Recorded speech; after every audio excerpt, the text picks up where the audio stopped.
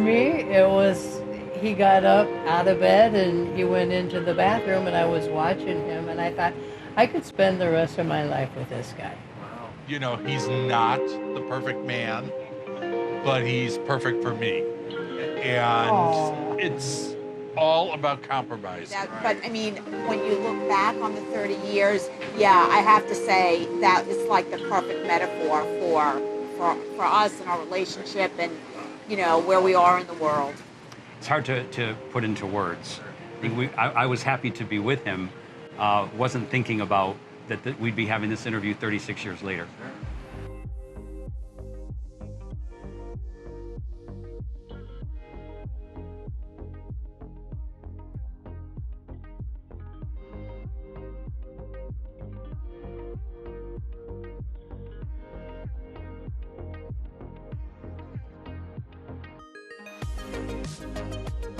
The legacy couples and that project, I think, is such an important piece of Miami history. But what we discovered in marriage equality, you know, when we first joined the lawsuit, we did it because we wanted to get married. And what we found as we traveled around the state and talked to other couples, there were couples who'd been together far longer than we ever had. There are couples who lived in the closet, whose relationships were never, ever in the sunshine. So even though we're only able to tell some stories, there are many stories that were not told. So I hope that people understand that there are many lives that were lived together, lived in love and commitment and passion for many years. And that's what I think this is about. It's not just the people who are in this project or the couples who come after and participate, but it's all those couples that couldn't speak up or couldn't be a part of a project like this. So we went to Houston's, again, after a very long day of work, both of us. And yeah, we just had this really nice dinner date, and he walked me to the car and walked around the other side of the car, got in, and we had our first kiss on the first date. So, you know, again, it was just, I think everything just seemed like things fell into place in many ways very quickly. We knew from the first time, that first date, that there was something there. And that's why we've always considered that to be our anniversary. Because I think we just knew in that moment that I don't know if we felt like it was going to be the rest of our lives, but we definitely knew that there was a future. I was going to say, you know, a really nice moment that we had with regards to the suits was a year after we actually got married and won our marriage equality lawsuit. We actually had a wedding celebration where we invited our friends and family from all over to come. So I think the day before the wedding, we had the museum display the suits for us so that our friends and family that were able to come could actually go. So we, of course, got to be a part of that. We got to witness it, but then for my mom to go to this museum and have these artifacts brought out for our viewing, and that was really the history of what we did. Not only was felt by us, but was felt by our friends and family that were there. That was really cool, just to see their faces. In that painting is the picture of the Pied Piper Bar, which her mother owned, which was the biggest lesbian bar on the East Coast. Thousands of women standing online waiting to pay $10 to get in. And I worked there, so I like that it had the Pied. Right, and right across the street was where she lived. Yeah, and Cheryl worked as a painter on the house right beside it, so it really is like, you know, meeting. It's a time trap of when we met. And I love watercolors. Yeah. Provincetown art is very collectible. Yes. It wasn't like we had the picture done for us. It was a picture. No, her mother had it. We found the painting in a gallery and we bought it because it just meant so much to us. Or my mother bought it and gave it to us because it was the Pied and that was her club. That's beautiful. Yeah, we're lucky. So our special item is called the retablo. It's from Peru. That's where I'm from. It was gifted by my mother, so it makes it super special to me. And basically, a retablo is basically like a folklore piece of art, a shrine that is kept in people's homes depicting religious things or everyday things. And so it was just so fitting to be given as a surprise item by my mother, who I adore, of course, but also to have this rare item that is just so hard to find on such a special day. Yeah, and the piece really meant a lot to us. You know, we had been together when we got married for 11 years. And, you know, even though we had owned a home and we had been together for so long, it still was so special to share a formal union and a ceremony, an intimate ceremony with 60 of our closest family and friends. And to have this object as part of the day, you know, we used it in our photographs. It was there while we were getting ready. And it was such a special thing both to pay, you know, respect to his culture and his heritage, but also, as he mentioned, a gift from his mom. And it was just a beautiful day. And that's why the item means so much to us.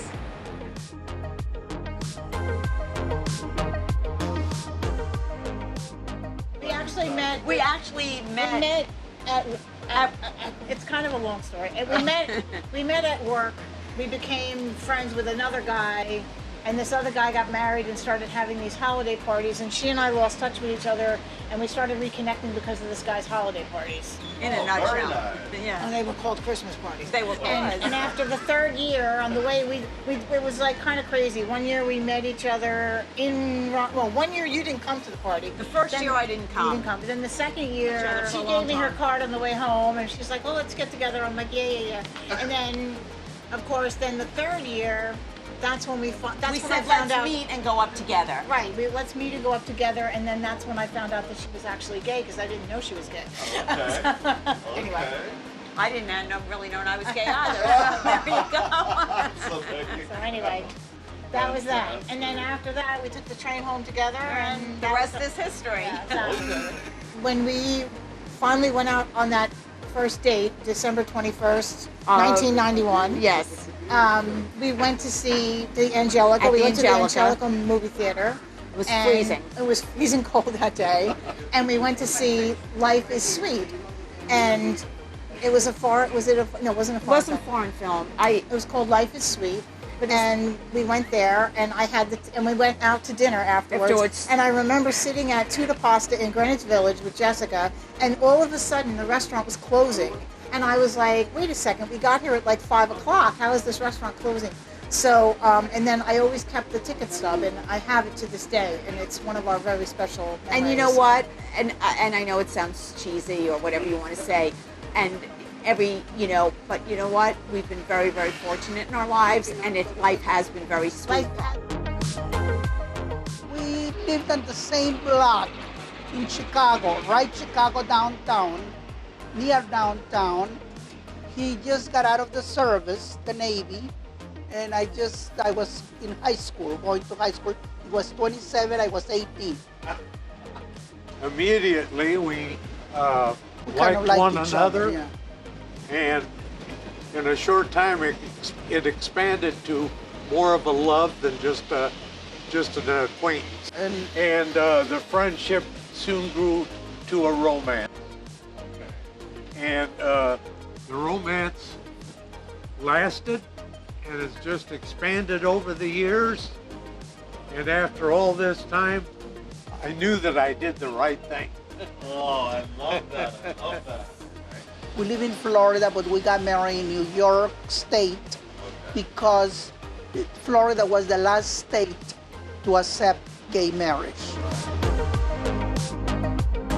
Well, at the same club, the Warehouse 8, he proposed to me, and he was playing the song "I Want You" by Marvin Gaye.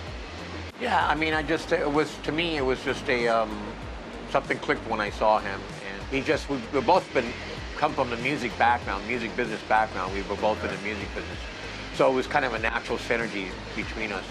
Yeah, Copa was one of the one premier club in South Florida that all the artists that performed down here, that performed track, would go to the Copa. Copa had everybody. They had Divine, they had Grace Jones, Madonna performed there.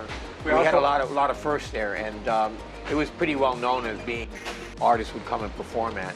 So that in its own right was pretty historic for the club scene, but especially for the gay club scene. We also had a record store there. We opened a little record store. It was a coat check room. So we call it out of the closet records and tapes. And when you went to the Copa, if you liked the music you were listening to, you would go to the out of the closet, and we would have the records. You could buy the records there. At the time, I was a fitness kind of nut, and I would go running every day after work in the park. And I started to notice this guy riding his bike in the opposite direction, and we'd smile at each other and he'd keep going. And then one day I looked up and he was over by a park bench fiddling with his bike. Obviously there was something wrong. So I decided, oh, I think my shoe needs to be tied. So I went to the other end of the bench and leaned over and started retying my shoes. Well, there actually wasn't anything wrong with my bike. I was just sort of being the man trap. Was just kind of hoping that he would stop and talk to me. And he did. So we talked for maybe 10, 12 minutes, and then made plans to meet later that night for a drink at a neighborhood bar. And we did, and we've been together ever since. Two things happened. One is I said something about ordering a bottle of wine, and he said, well, I don't drink. And I had just come out of 3 relationships with drinkers where drinking was a problem. And so I said, oh, if you're in recovery, then I won't order. And he goes, no, I just never developed a taste for it, and I don't like to drink. And I almost said, marry me right there, because after the 3 bad relationships with drinking, that was great. And then the other thing that happened was somehow something came up where this first line from a Lily Tomlin bit happened. And he said the next line, I said the following line, and we did almost the entire bit, routine. Crossing back and forth with each other. And I just knew that this was the man I was supposed to be with the rest of my life. Yeah, it was this weird thing because how many people would know this bit and know it by heart and recite it? Yeah. Yes. Well, we met in a club called Hatfields in New York.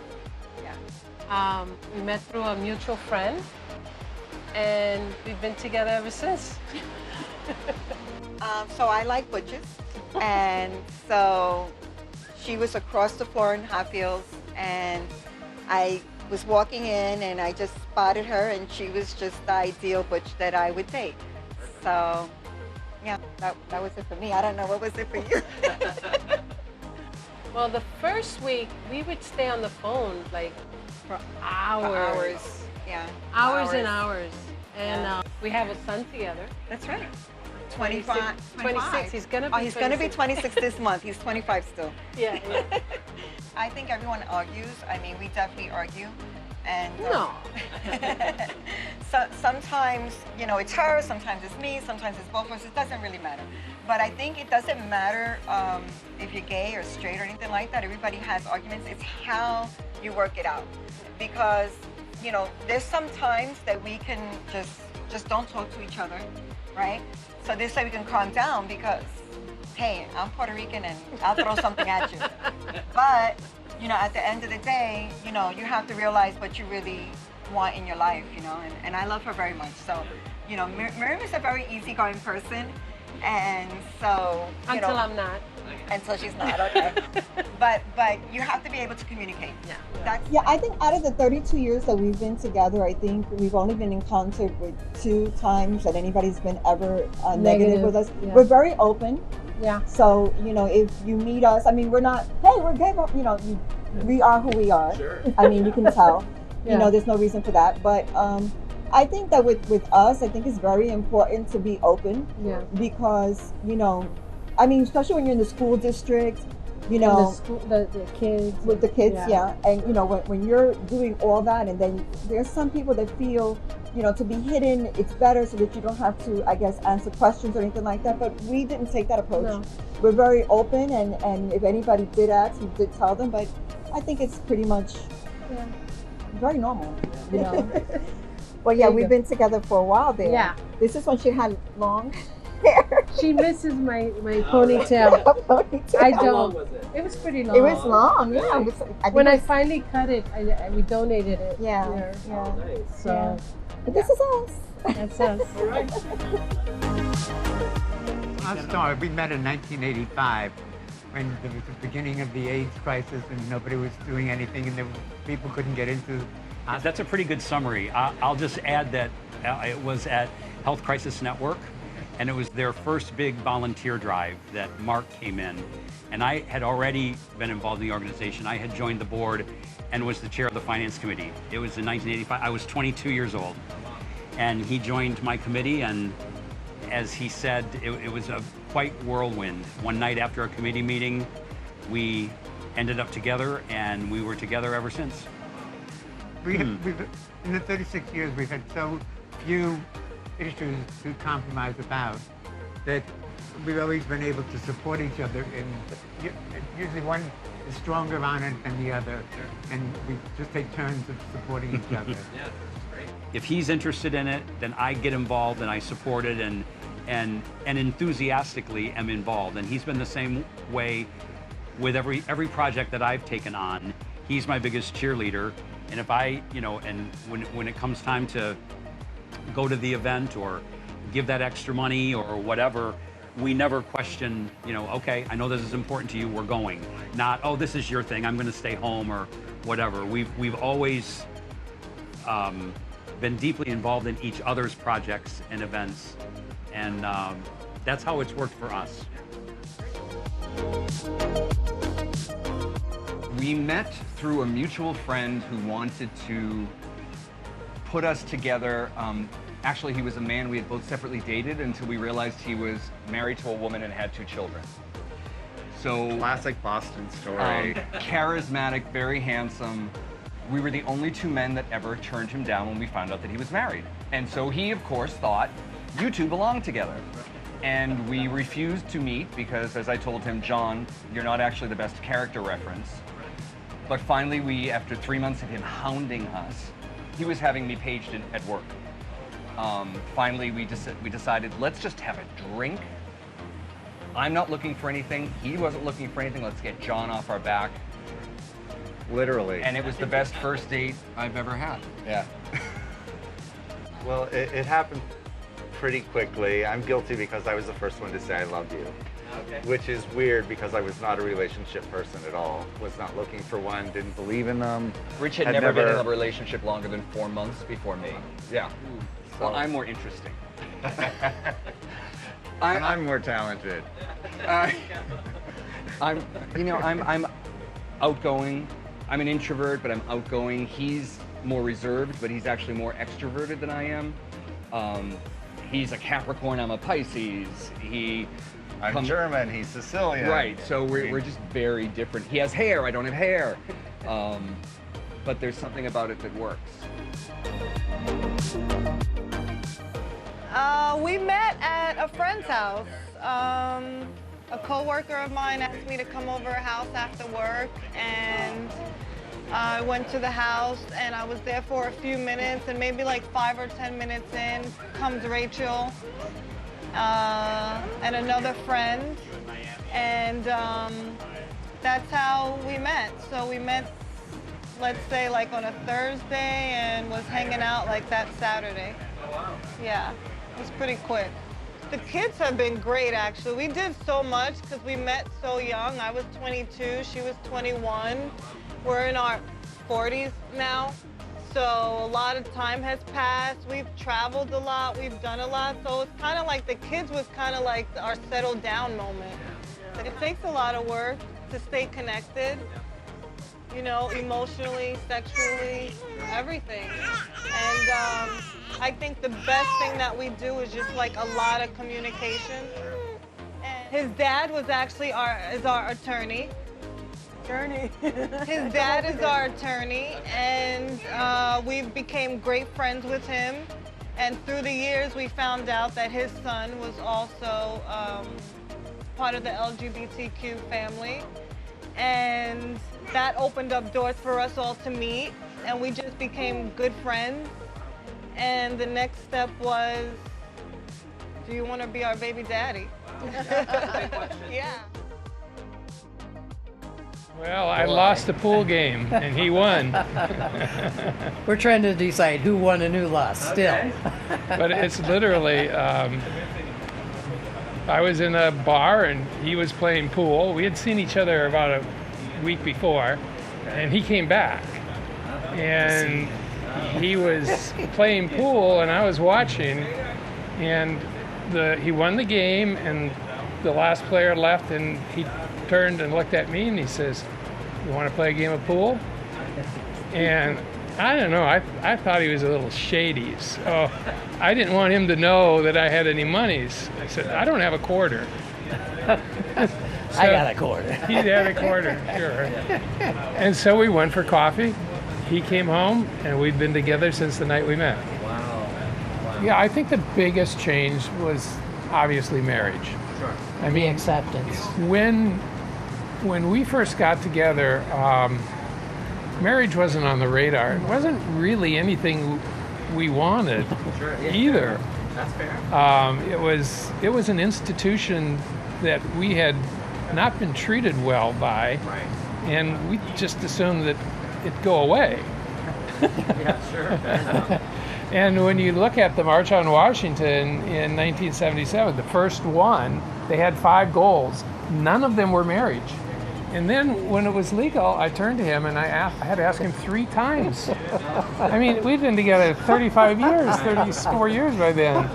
And he judged the importance of the wedding by, well, where are we going to go to do it? And now that's not a good place. Now okay, New York, we can do Central Park. So carriage ride. We decided to get married in Central Park. Nice. Sounds very romantic. It was romantic, it was fun, it was simple, and it was exactly what a marriage should be. We used to work together at McDonald's. So we met when I was 17 years old, and she used to be my boss. And we just started a friendly relationship first. I used to joke around a lot. She's only 3 years older than me, so I saw she was like a very serious person. I was like, how can you be so young? I was her boss, right? So it was a tough situation, right? So I was in charge of the store. She was a manager, so it was even harder, right? So we couldn't really show or express how we felt. So Laura came with the idea of the journal, and then she said, "Okay, let's start writing through here," and we did, right? Yeah, because I kind of got the idea from that movie. Little book? No, not that movie. Because you love that movie. No. We're gonna do this, and we decided to move in together. We moved in together, and 2 years later we got married, and here we are. No, it was a simple wedding. It was a simple wedding. We did it at our house. It was super simple. Because external factors, like that was the year that we changed presidents. So that was huge for me in the sense that my family was there. Eventually you'll find the person that's worth it. Like you'll find the person that's worth throwing everything away for and just like fighting to the bitter end. Like that's how I felt at this point. Like it's her or nothing. And I feel like she's my rock, right? She has taught me how to be tougher because I am very nice, right? And sometimes, you know, you could be nice up to a certain point.